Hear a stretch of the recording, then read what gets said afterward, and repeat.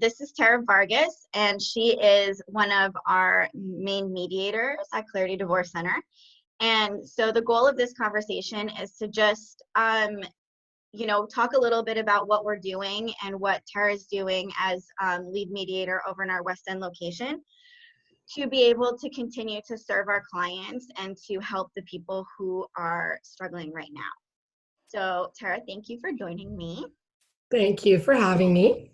And I'll just throw this out there. We're both at home. So if there's like noises or whatever in the background, it's difficult to get away from it all. So let's start with what mediation is and how does it benefit people who are going through separation and divorce?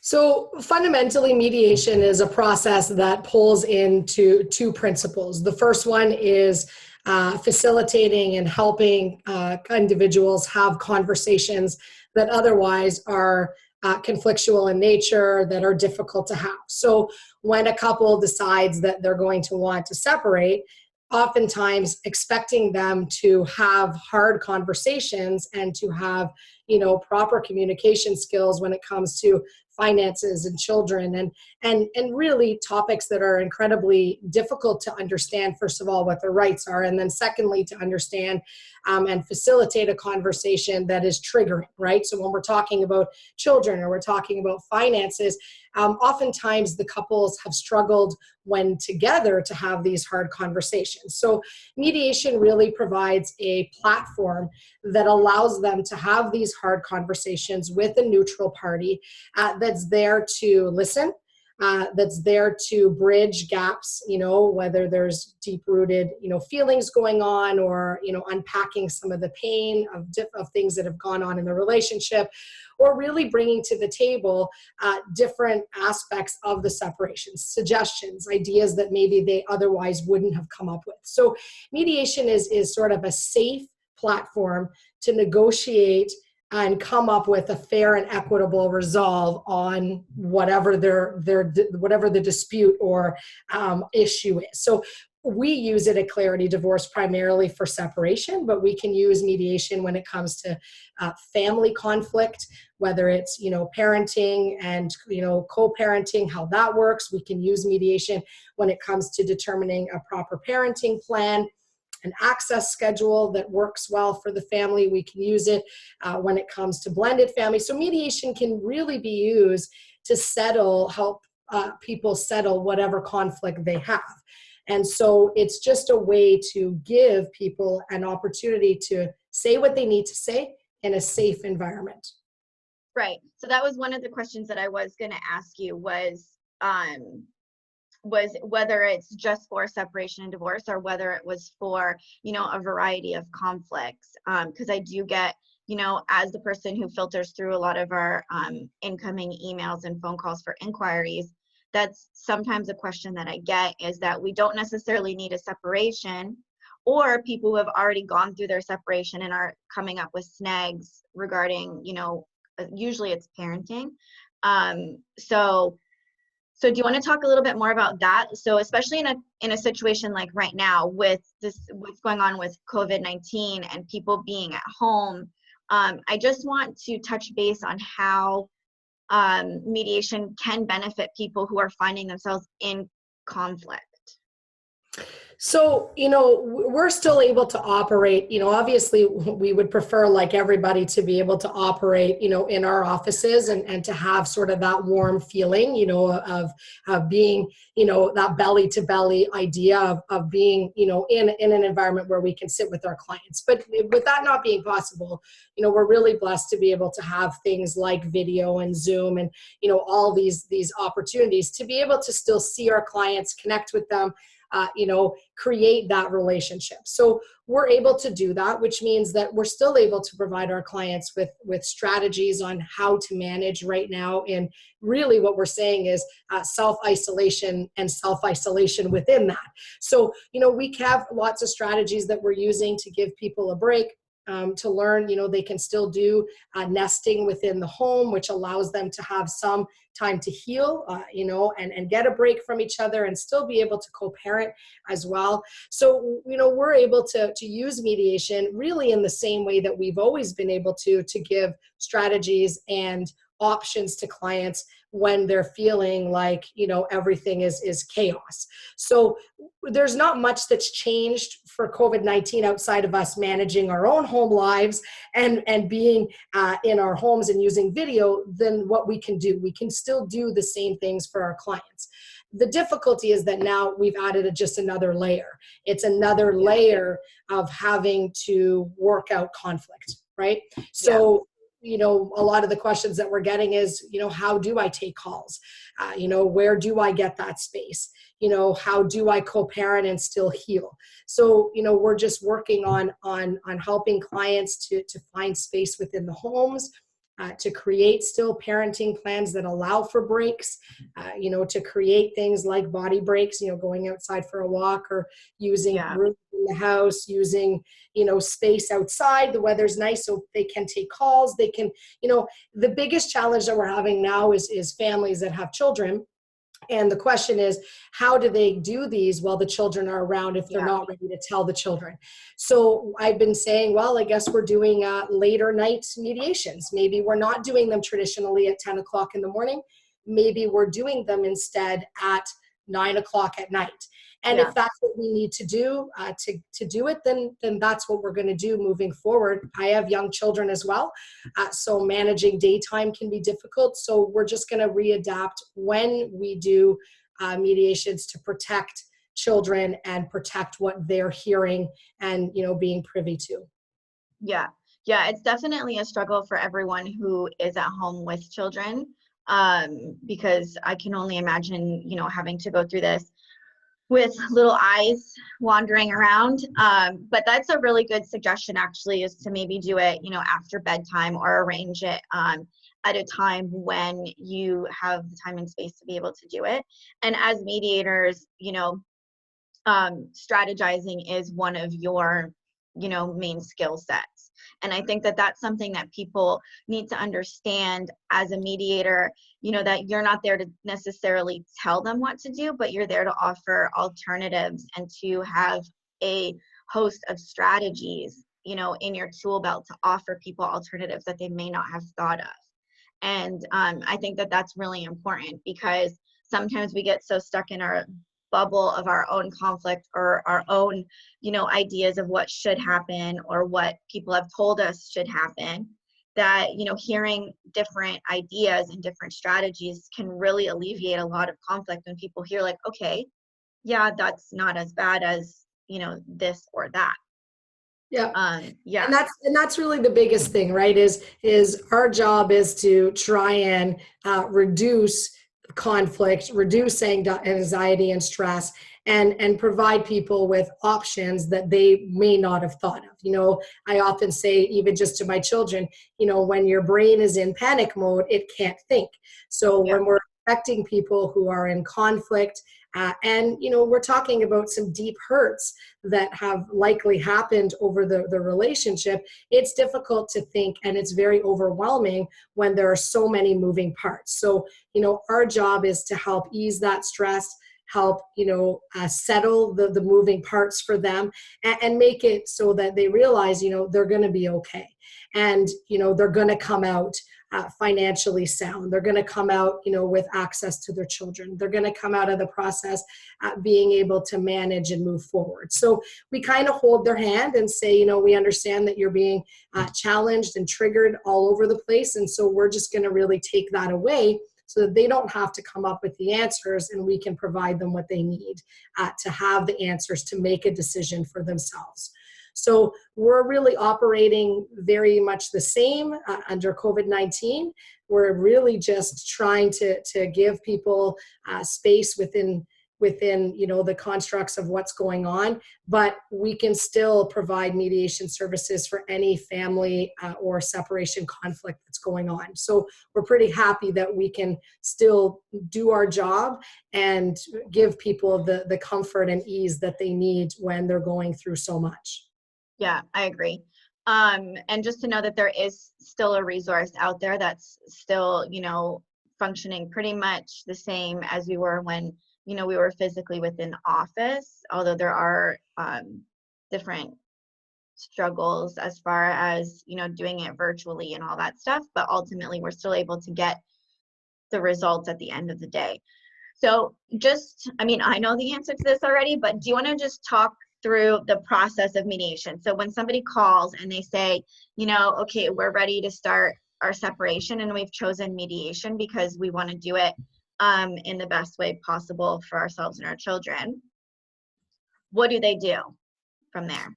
So yeah, that's usually the question I get often too, is where do we start? So the first thing that we do is, it's really important for us as mediators to have an opportunity to get to know each one of our clients individually. And the reason why we do that is because there's different people are in different places within the process. So, you know, sometimes there's a leader, maybe the person who is, you know, has brought up the separation, and there's a receiver, somebody who is receiving the information. And it's rare that both people are exactly where equally in the process. So knowing the clients and knowing what's important to them helps the mediator to present solutions and suggestions that could lead them towards what's going to be important to them in the future. You know, as a mediator, we're not just looking at the immediate conflict, we're looking at how to make sure that we're providing them with longevity in their decisions so that they're making decisions for today, for 5 years from now, and 10 years from now, and they're not constantly having to revisit or remain in conflict with each other. So it's sort of a foresight in thinking. So the first step is I have a consultation, private conversation with each client. I learn a little bit about what their fears, anxieties are, where they are in the process emotionally, what's going on for them. And then once I do that, then I welcome both clients after they've gotten a chance to know me as well, because it's important for them to trust and make a connection with me as a mediator, make sure I'm the right choice for their family. Then after that first consultation, I would set up a joint mediation with both the parties and myself on video at this time. And I give them a list of documents that I need. A lot of family conflict or family separation is around finances. It is financially number-based. Yeah. Obviously, there's an emotional component, but a lot of it is financial in nature. So there are some financial documents that are needed to be able to provide a financial settlement or options around it. So then I would request those documents. Once the clients have gathered as much of the documents as they can, we would set up a joint mediation. And somewhere between around 2 to 6 hours is a reasonable time frame to anticipate understanding what they can expect as a settlement and begin that process. After that, the choice is up to the client. Some clients may choose to speak to a lawyer and get some independent legal advice, which is perfectly acceptable in the process, and we certainly encourage and welcome it. We work symbiotically with lots of lawyers, so the process isn't one or the other. Oftentimes it is a dual process. And if they choose to do that, then they would have space and time to do that, and then come back to mediation, where we would have a final settlement, which would lead to a full mediated document. That document would list out all of basically everything that they've negotiated. And at that point, they would have a full separation document that could then be either registered with the courts or notarized if they wish, or simply a document that the clients can keep for records. Right now, our documents we're a little bit trickier, so we're signing them, we're delivering them to people's front doorsteps, they're signing them, and then we're scanning them. So, we're just learning to do some deliveries, and we also have systems where we can scan documents. We have, options available like DocuSign and things. So we're making it work to make sure that they're having their documents still completed and ready for them, in a timely fashion. Oftentimes people ask, how long does the process take? Yeah. It's a hard question to answer. It depends emotionally where people are at, financially. Right now, decisions may be on hold for some clients because the markets are down. Housing is more difficult. So we're making adjustments and possibly coming up with agreements that will ultimately take place potentially down the road in 3 months or 6 months. So we're cognizant that things are up in the air financially. We're cognizant that, financials, the financial picture is different than it was 3 weeks ago. We've got a lot of sources, with our team that we've got, investment advisors and accountants and lawyers and a whole team of people that can really speak to those areas. And we can get our clients in contact with those professionals if they have questions about how an outcome could ultimately affect them. So we're certainly prepared to have anything that we need at our fingertips to help our clients get to a full resolve and come out with an agreement that they feel is fair and equitable. Yeah. So let's say, especially in a situation right now, like you were saying, like some decisions, might be put on hold or maybe different than they were, 3-4 weeks ago. Are you able to still assist people to come up with a plan in this time, like an agreement and a plan of action, given what is currently happening, if some things have to go on hold? Yeah, so I mean, we might be doing, instead of having a process where it's, settling all matters and it's done, we may have to create interim processes where it says, okay, this is the strategy or the agreements that are being made currently. Then, in 3 months from now or 6 months from now, we will revisit these items. And so that's all done in agreement as well, where it's very clear what's going to be revisited, why it would be revisited, what the clients want for a current strategy. So, people don't have to stay just status quo. We can still move them forward. Certainly we can provide them strategies and then have an interim plan for the current situation and then the future situation. And, the future situation, none of us can predict, but certainly we have things to protect our clients in place to make sure that they're not losing financially as much as we can. But, we want to make sure that the agreements that they're making are going to reflect what is fair for the current situation. So absolutely, it might be a bit more of a staggered approach than what we're used to, but certainly we're prepared to do that and accommodate cost-wise. We understand that people's concerns right now are, I don't want the process to cost me more. We're cognizant of the fact that finances are difficult for a lot of people. We're cognizant that we don't need to add more stress or financial burden. So, we're going to make sure that our practices are still fair and that they're reasonable and not be, overcharging for things that otherwise we would have done. We're just going to have to take it sort of in steps, I think, is really the strategy that we're working on right now. Yeah, just kind of rolling with the punches and seeing how we can adapt with our clients as well to best serve everyone that comes to us.